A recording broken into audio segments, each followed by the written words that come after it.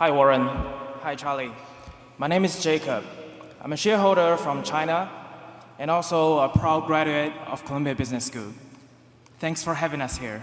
My question is, our world is changing at a faster pace today versus 40 years ago, and even more so going forward. Under this context, for each of us individually, shall we expand our circle of competence continuously over time, or shall we stick with the existing circle but risk having a shrinking investment universe? Thank you. Well, obviously you should, under any conditions, you should expand your circle of competence.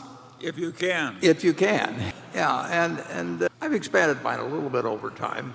But if you can't, you ought to be pretty cautious. You can't force it. If you told me that I had to, become an expert on physics or, Dance may be the lead in the ballet, Warren. That would be a sight. Yeah, well, that's one of them. Particularly now. That's one you may be thinking about, but that didn't even occur to me. But yeah, it's ridiculous. Yeah.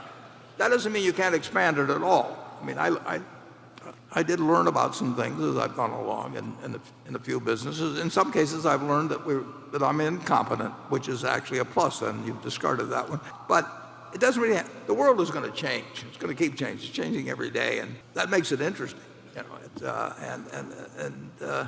As it changes, certainly within what you think is your present existing circle, you should be the master of figuring that one out, or it really isn't your circle of competence.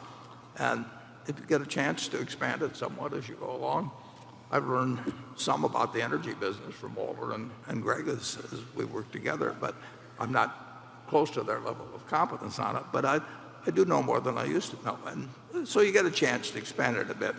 Usually, I would think normally your core competence is probably something that sort of fits the way the mind is worked.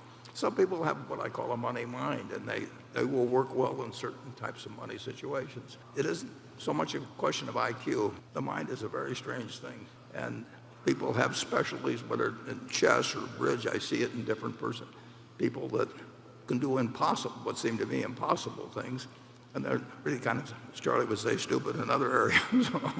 So just keep working on it. Don't think you have to increase it and therefore start bending the rules. Anything further, Charlie? No.